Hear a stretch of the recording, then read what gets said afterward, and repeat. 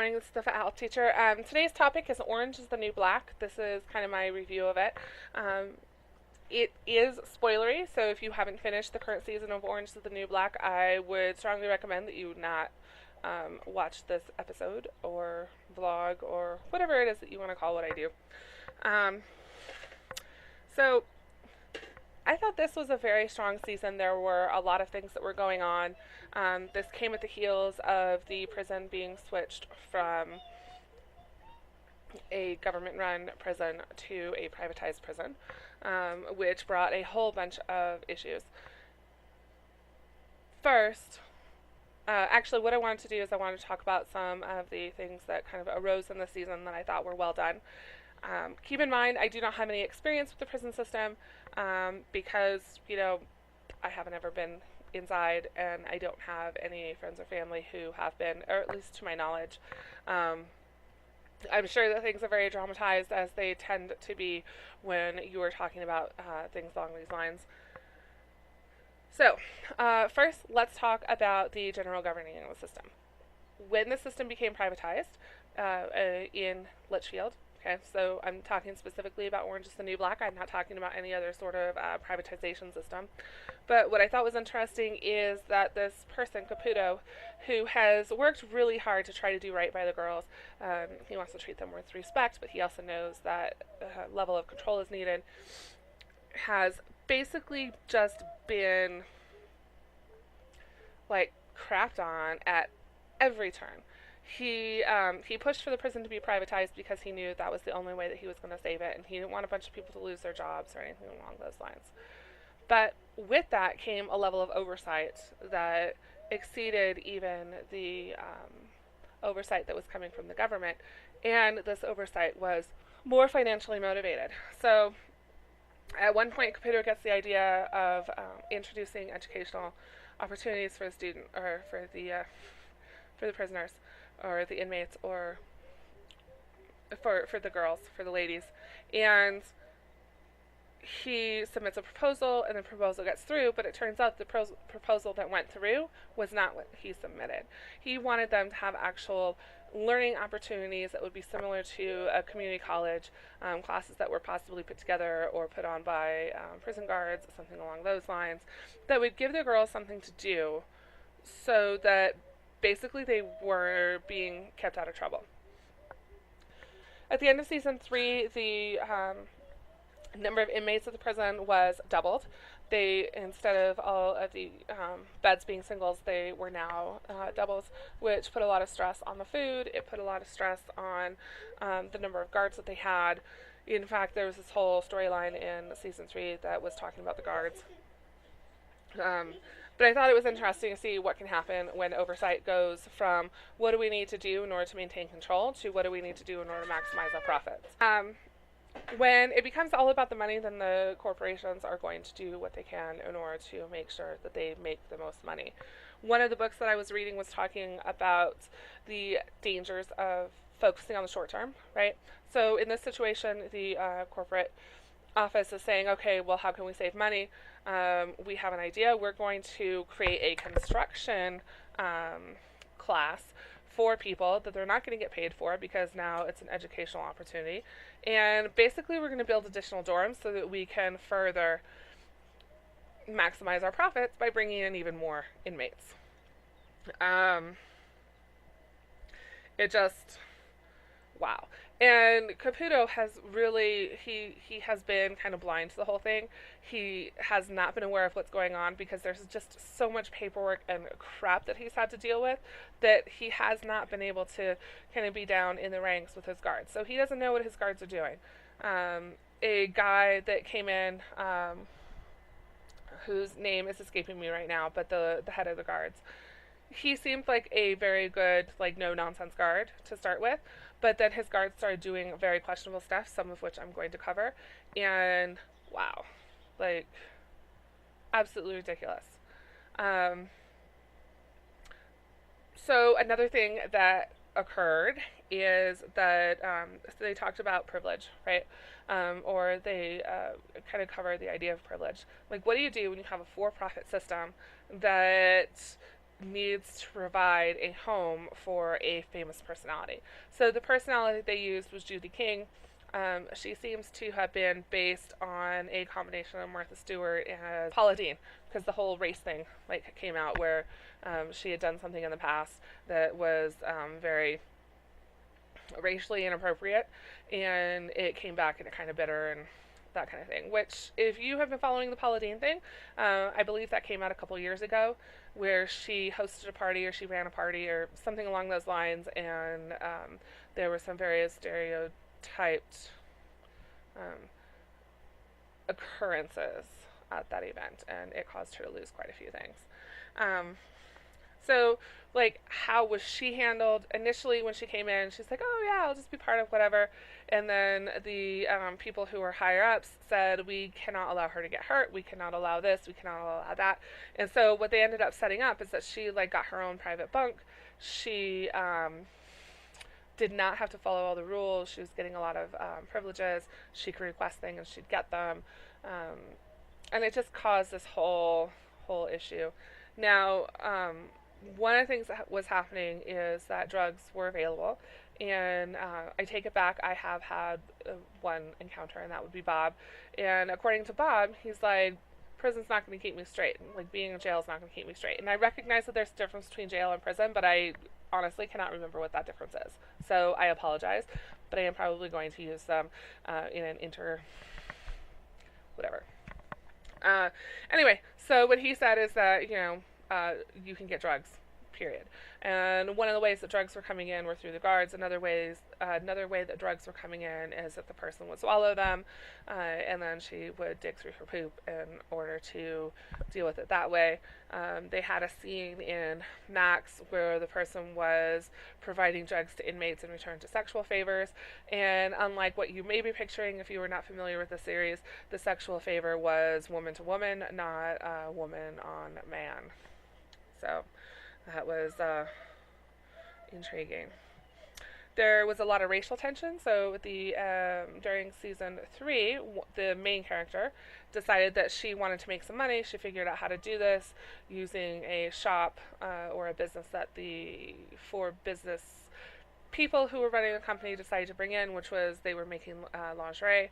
And so the main character, Piper, discovered that she could take the scrap material and she could make underwear, and then she could have the inmates wear it, and then it could be sold as special prison worn underwear, because there's a market for these things. Much like anything, if you can imagine it, somebody has probably figured out how to make money on it, and or it exists somewhere on the internet. I can't remember what my partner says that rule is, but it's there. It's probably Rule 69 or something. It also explored kind of what happens when people have power. So we know that not all people who are in power can handle that power. You've heard the phrase, power corrupts, absolute power corrupts absolutely. We've seen this multiple times in the series. In this situation, what we're seeing it with is the guards. The guards are actually, I would say, out of the handful that we see, and we know that there are a lot more there than the handful that we're seeing, but of the ones that we're seeing, you have one who is just, I don't know if he's a sociopath or psychopath or what his deal is, but he is horrid. He holds a gun to a girl's head and tells her, you need to tell me who you would prefer to eat, your mother or your father. He overhears a couple of inmates talking about what would you do, and the situation is, would you eat a baby mouse or would you eat a bunch of cockroaches or something? And then he makes some of the girls actually do it. And when she attempts to refuse, he has her in an isolated location, and he puts a gun to her head, and she is required. So she ends up eating the mouse, and it messes her up, understandably.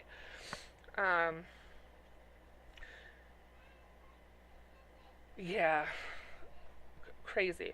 You have another guard who decided, okay, so the panty thing, which I had kind of brought up. So there's this whole panty business going on, and then there was competition. In order to take out the competition, Piper decides to go to the commanding officer, and she says, "Hey, I'm worried about some gang activity that may be happening and that kind of thing." And things just totally blow up. The race issues that had kind of been silent up to that point just became incredibly relevant, I guess is the best way to put it. One of the groups starts selling drugs. The black girls are very upset, and things start happening with them. Um, and the CO basically says, target everybody who's not white to his guards. And so everyone who's not white is required to be patted down. As I said, Piper's actions set off this whole race war thing. The non-white people were being targeted at the orders of the commanding officer, Piscatella, and they were all being patted down. One of the Hispanic or Dominican, I can't remember how they were referred to, I believe it was Dominican, but anyway, she discovers that if she's not bathing and if she looks a little bit scary, her name is Blanca, that they will kind of wave her on. And the guards figure out that this is happening. One of the guards puts his foot down. He's getting very angry. And she scents herself with some oysters. And she does that under each ear, that kind of thing. And when he goes to pat her down, because that's what he has been commanded to do, she smells. And so instead of giving her shots, which I assume are punishments that can possibly expend, I'm not exactly sure how shots work. And anyway, so he tells her to stand on the table, and that she will stand on the table until she is willing to comply. And she's basically like, yep, nope, I'm not going to comply because you're not just patting us down, like you're sexually assaulting us. And she doesn't vocalize it, but she just stands there, and she stands there, and it's something like 3 or 4 days that she is standing and sleeping and peeing on herself and all of that good stuff. Okay, so Blanca is required to stand on a table. She does this for several days. And when Piscatella catches wind of it, instead of saying, okay, this is not appropriate, he decides, this is what my guard said, so this is what we're doing. And to a degree, I can understand that because you want to make sure that you're presenting a united front to the inmates, but at the same time, like, you need to know where to draw the line. Like, that was not appropriate in any sense of the word. Back to the Caputo thing. So, last season, there was a situation between one of the characters and another, and one of them got sent down to Max, to the SHU. So she got put in isolation. And when Caputo tried to take her out of the SHU, he was told no by his bosses. And the wife of Sophia attempted to get information, and he was not allowed to release that information. In fact, she actually had to sue the corporation, MCC, that was running Litchfield Prison now, in order to get her out of the SHU. But this was not even possible until she was able to provide evidence that her wife was still in the SHU. So it was just this whole, like, crazy thing. Okay. And then we have Red. Red was targeted by Piscatella when they found a body. This is the whole, like, thing I don't want to get into. But a body was found, and it was found in the garden when they were doing the whole construction thing. And so Piscatella's furious. Caputo goes off campus. I don't know if that's the appropriate reference. But he goes off campus in order to deal with the corporate side of this issue. The fact that they have found a severed, in multiple pieces body in the garden.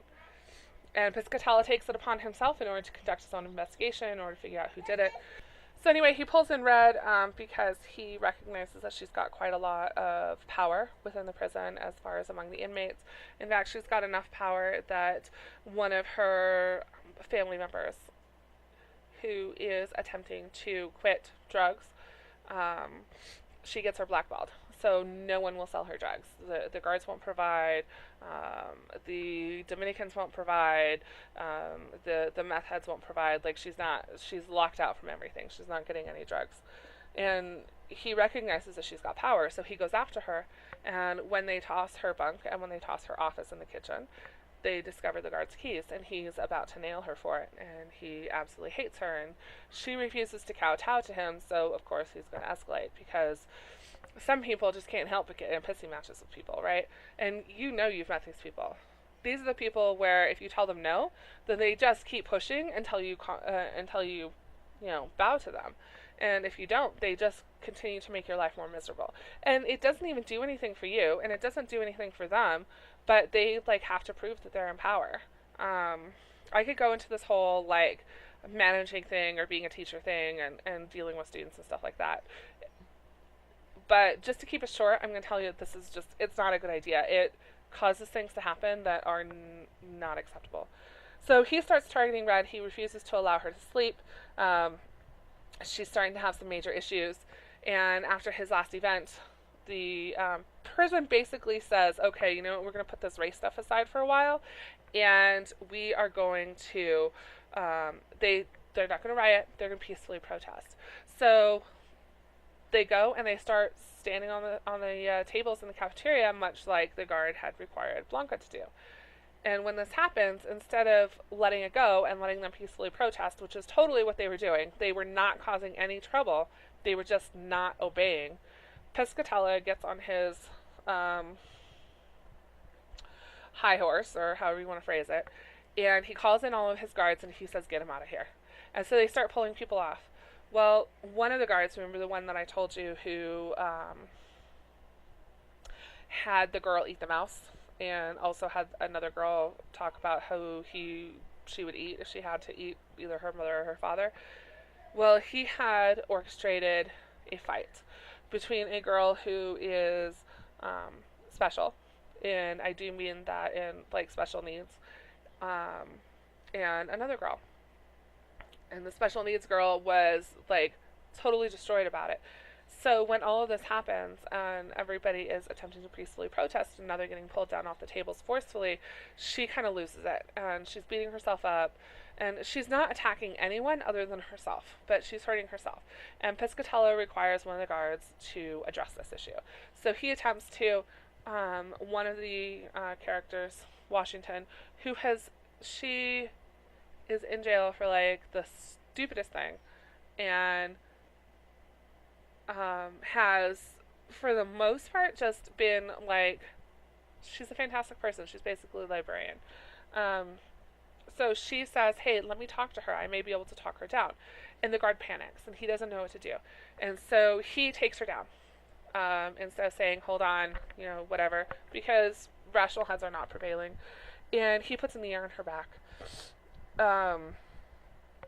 And he's trying to deal with her, and then he gets attacked by Suzanne. And Suzanne is the one who was beating herself up. Okay? And so he's got Washington under control, and he is trying to deal with Suzanne. And because of these distractions, what ends up happening is you hear Washington say that she can't breathe. And if this is familiar to you, it should be, because we had the black man, I want to say it was in New York, who was placed in a chokehold by a police officer who said the same thing and who died. So Pescatella ends up stepping in. Suzanne is taken to psych or something, I think. And when all is said and done, Washington is on the floor dead, and she is suffocated. I could tell you, the first thing that ran through my head when this happened was, why isn't anybody attempting to revive her? I was so mad, because in that situation, like, she could have possibly not been dead. But instead they were standing around, they were trying to prevent the inmates from seeing, and somebody's like, call medical. Well, that's not going to do a whole lot of good when the person's not breathing. Like, they don't even turn her over. They don't open her airway. They don't give her chest compressions or anything. Like, no life-saving attempts are made. And I know that I'm getting worked up about a show, but that was so irritating. Like, no life-saving things were attempted, like, from the guards or the people or anything. And it was this heart-wrenching, just wow situation. It was awful. It was Like, I'm still getting worked up just thinking about it. Um, but yeah, it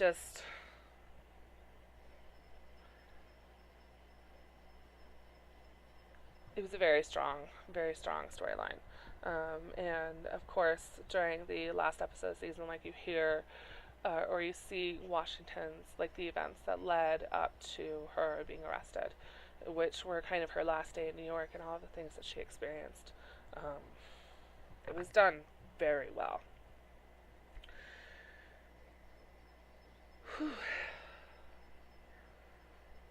When there's a lack of communication, um, things can get blown up, right? So it just Caputo didn't know what his guards were doing, and when he attempted to step in after bad things had already happened with the orchestrated fight, Pescatella stood up to him and basically said, "Suck it up. I'm in charge here because if you try to discipline one of my guards, all of us are going to walk away." And Caputo obviously cannot have the prison unguarded. So lack of communication. Was kind of a big thing. So I'm a Supernatural fan, and I can tell you that one of the more frustrating things on that show is that, like, 95% of their issues would have been handled if they had just talked to each other. Like, seriously, just talk to each other instead of trying to protect each other. And quite a bit of that was happening in this show. One of the guards recognized that, what is it? Humphrey. I can't remember what his name is, but the guy who's doing, like, these really terrible things to the inmates. She recognized that something was going on. She knew something had happened, but she wasn't going to talk about it. And instead of doing due diligence and figuring out what was going on and attempting to change that, she accepted that she was part of the group and she just kind of went along. And I know that it's hard to stand up, and I know that it's hard to stop something because I've been in that situation before. Whereas, like, I could say something because what's happening isn't right, but I'm afraid of what's going to happen if I choose to say something. I think one of the most tragic things about what happened, because the death of Washington was just terrible, is that the person who did it was the one who was probably the least problematic. He was nice to the inmates, respectful, without it being an issue of do for me and I'll do for you kind of thing. He was flat out, he was respectful, and he appreciated that what he was doing was treating them like people. And then he got put into this horrible situation, and the inmate died, and neither of those people was actually part of any of the problems that were happening at the prison. He had actually reported to Caputo what had happened with the orchestrated fight. Like, he was trying to get things changed.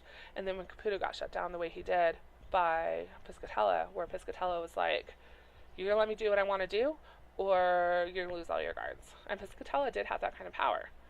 And Caputo's just basically put against a wall. And I got to say bravo to Caputo, because he did not allow the corporation to frame the prison guard, which is basically what they would have been saying. He recognized that this was a terrible, tragic accident, and not all of the prisoners recognized that. In fact, they saw it as murder, and to a degree, it was, but there are those whole extenuating circumstances kind of thing. And I applaud Caputo for finally standing up. And again, this is, like, I'm talking about a thing that's not even a real thing, about situations that may or may not be accurate. Like I said, I don't have really any experience with the prison system, so I don't know if any portrayals of anything are accurate within that. I do know that this is based on a story of what happened with a character named Piper when she first went in. Like, that was the whole, like, thing behind this, but they have expanded and they're talking about a lot of other stuff. And to be honest, the Piper character has been really irritating lately. But so, lack of communication. Let me get to the final thing that I want to talk about. One of the inmates got married to a pen pal, and she got to consummate the wedding. So she got married, and she was doing, like, this long distance relationship thing, And then he stopped visiting. Like, he had missed several visits, and he wasn't there for her phone calls, that kind of stuff. And so when people are in situations like this, and I've actually had this happen to me, there was a completely rational explanation for why he wasn't visiting, but that was not communicated to her, and so her mind just started going wild, and she started thinking about all the things that were happening. She asks her sister to go and hang out with her husband because they're family and to spy on him and to make sure that he's not sleeping with somebody else. Um, which she does, and now because he's still not visiting, she starts assuming that her sister and the husband are sleeping together, and it's just this whole thing because of no communication, right? Um, and we see this in a lot of things. In fact, if people had gone, not even to Piscatella, because I don't know if Piscatella would have done anything, but if they'd gone to Caputo and Caputo had been made aware of what was going on, I think that theoretically, in the world that was created by the writers, that something would have been done more quickly. Now, because Caputo stood up for the guard and said this was something that MCC did because we did not provide him appropriate training, one of the very good friends of Washington actually basically started a riot because she went in and she's like, he's not getting fired. Because they didn't see what happened. They saw that Suzanne was having issues, and they saw that Washington was on the ground, but they're not recognizing that this was not done on purpose because their friend is dead. And I get that. Like, I totally get that. Somebody dies, like, you want to make somebody pay. But this was a genuine accident, and they're not seeing that. And so now we have the series ending with the whites coming from their wing, and the Hispanics coming from their wing, and the blacks coming from their wing, and everybody's rioting and pissed off and all of this stuff. And one of the guards snuck in a gun, and it was that same freaking guard. He attempts to pull it in order to regain control because he's a moron, and one of the girls gets the gun and is now pointing at him, and everybody is yelling at her to shoot him. And then, of course, it fades to black because if you don't leave it with a cliffhanger, nobody's going to watch season 5, right? Anyway, to make it a long story short, please watch this show. It's fantastic. If you have time in your day, even if you're only doing like one episode a week or whatever, this is a very powerful show. It was very well done this season, and I applaud it, and I highly recommend it. Thank you. And I would be interested to hear from people who may have actually been in the system, whether as guards or as administration or as actual prisoners. Like, how accurate do you think this show is? Is there some truth in it? Is it completely fabricated? Like, is it just, I mean, it might as well be Star Trek. Like, what's going on? I would be interested in hearing back from you. Okay, that's Fat Health Teacher signing out, and I will talk to you all later. Thank you.